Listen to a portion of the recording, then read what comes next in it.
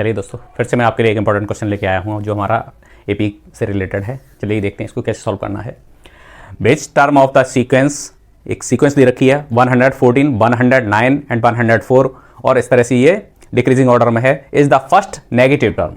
ये सीक्वेंस हमें दी हुई है, इसमें ये पूछना बेस्ट टर्म, इसमें से कौन सी ऐसी टर्म है जो कैसी होगी, फर्स्ट नेगेटिव टर्म होगी। जाके हमें उस टर्म का नंबर बताना है, ये कौन सी नंबर की टर्म इसमें से सबसे पहले जो नेगेटिव आएगी, ठीक है, वो हमें पता लगाना है।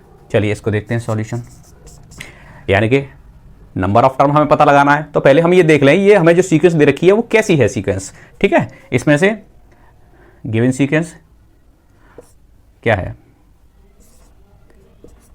गिवन सीक्वेंस क्या दे रखी है 114, 109 एंड 104 एंड सो ऑन, इस तरह से दे रखी है। अब हियर वी ऑब्जर्व, हियर क्या देखते हैं हम यहां से 109 माइनस 114, इसको हमने माइनस करके देखा कितना आ रहा है, माइनस का 5, ठीक है। और 104 में से जब हमने माइनस करके देखा 109 को, तब भी माइनस 5 है। यानी ये हमारे पास जब सेम आ गए दोनों, जब हमने अगली टर्म में से पिछली वाली टर्म को माइनस करके देखा तो हमारे पास जो डिफरेंस आया वो कैसा आया, सेम आया। इसलिए हम यहां से क्या कह सकते हैं कि this sequence is in AP. ये सीक्वेंस किस में दे रखी है, एपी में, क्योंकि ये डिफरेंस हमारा सेम डिफरेंस आ रहा है और सेम जब डिफरेंस आता है तो सीरीज कैसी होती है, हमारी एपी होगी, ठीक है। चलिए जब ये एपी है तो यहां से क्या हो गया, ये हमारे पास फर्स्ट टर्म आ गई। सो गिवन क्या है, ए इज इक्वल टू हमें गिवन है 114, डी हमारे पास जो कॉमन डिफरेंस है वो कितना हो गया, -5 आ गया, ठीक है। ये चीजें तो हमारे पास हो गई। अब हम ये यहां से क्वेश्चन हमें पूछा, टर्म पूछी गई है, तो हम ये मान लें कि इसकी nth टर्म होगी वो कैसी होगी, नेगेटिव होगी। nth term, let nth term will be first negative term, ठीक है। हमने यहां से मान के चला गए इसकी जो nth टर्म आएगी जाके वो कैसी हो जाएगी, नेगेटिव आएगी। यानी नेगेटिव मींस क्या हो गया, लेस देन जीरो। नेगेटिव कहां से है, जब हम जीरो से आगे बढ़ते हैं तो हमारे पास पॉजिटिव टर्म आती है, पॉजिटिव हो जाती है, और जब हम बैक चलेंगे यानी कि वापस जब जीरो से हम और छोटे होते चले जाएंगे, वापस आएंगे तो कैसी हो जाएगी, नेगेटिव आएगी। यानी कि ये हमें यहां से हम मान के चलते हैं, तो जो an है, nth टर्म है, negative means less than zero.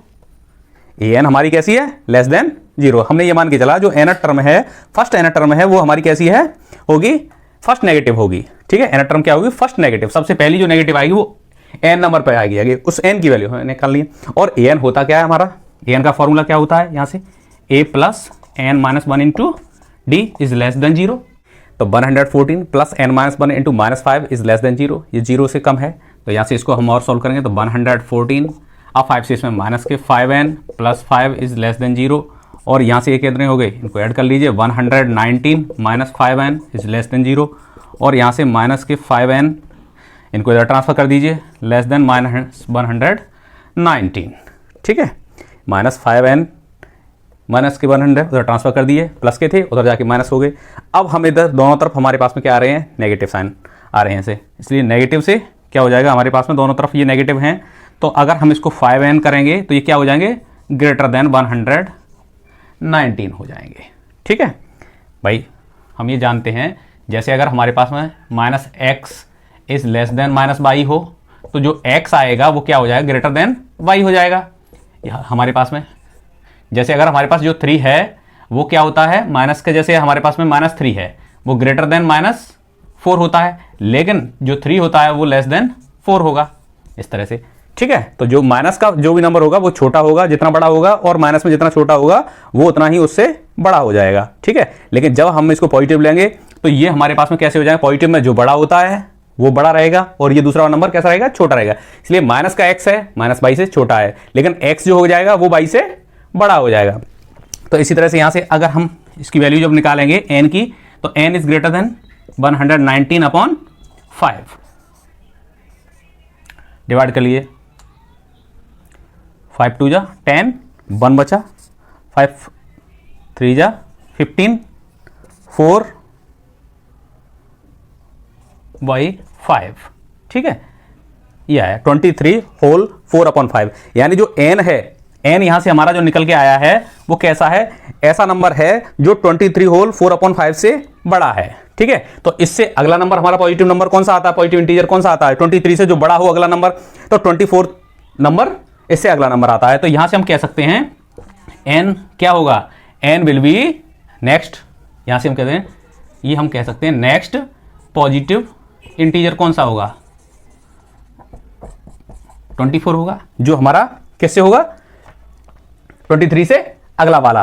तो यहां से ये 23 होल 4 या ना, तो ये कितना है 23 तो है नहीं पूरा, ये क्या है 23 से थोड़ा ये फ्रैक्शनल पार्ट है, तो ऐसा तो हो नहीं सकता, ये लिखा हुआ है कि 23 से बड़ा आएगा नंबर, n हमारा 23 से बड़ा हो जाएगा। ठीक है, तो अगला नंबर कौन सा है जो 23 से बड़ा हो, वो नंबर है हमारा 24। तो n की वैल्यू कितनी आ गई, 24 हम ले सकते हैं। तो हम यही हमारा आंसर है। तो जो फर्स्ट नेगेटिव नंबर होगा वो कौन सा होगा, जाके 24 हो जाएगा। ठीक है, एपी दे रखी है, हमने चेक करके देख लिया क्योंकि हमने इसका कॉमन डिफरेंस निकाला तो इक्वल आ रहा है। ठीक है, डिफरेंस सेम आ रहा है, अगली टर्म में से पिछली वाले का माइनस करेंगे और यहां से हमने मान लेते हैं इसकी फर्स्ट नेगेटिव टर्म n होगी।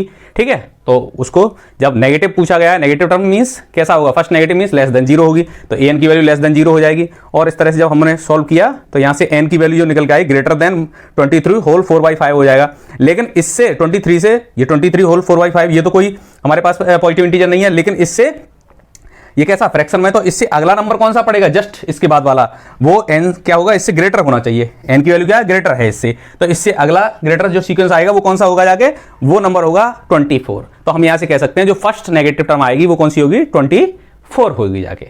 ठीक है, यही आंसर है हमारा।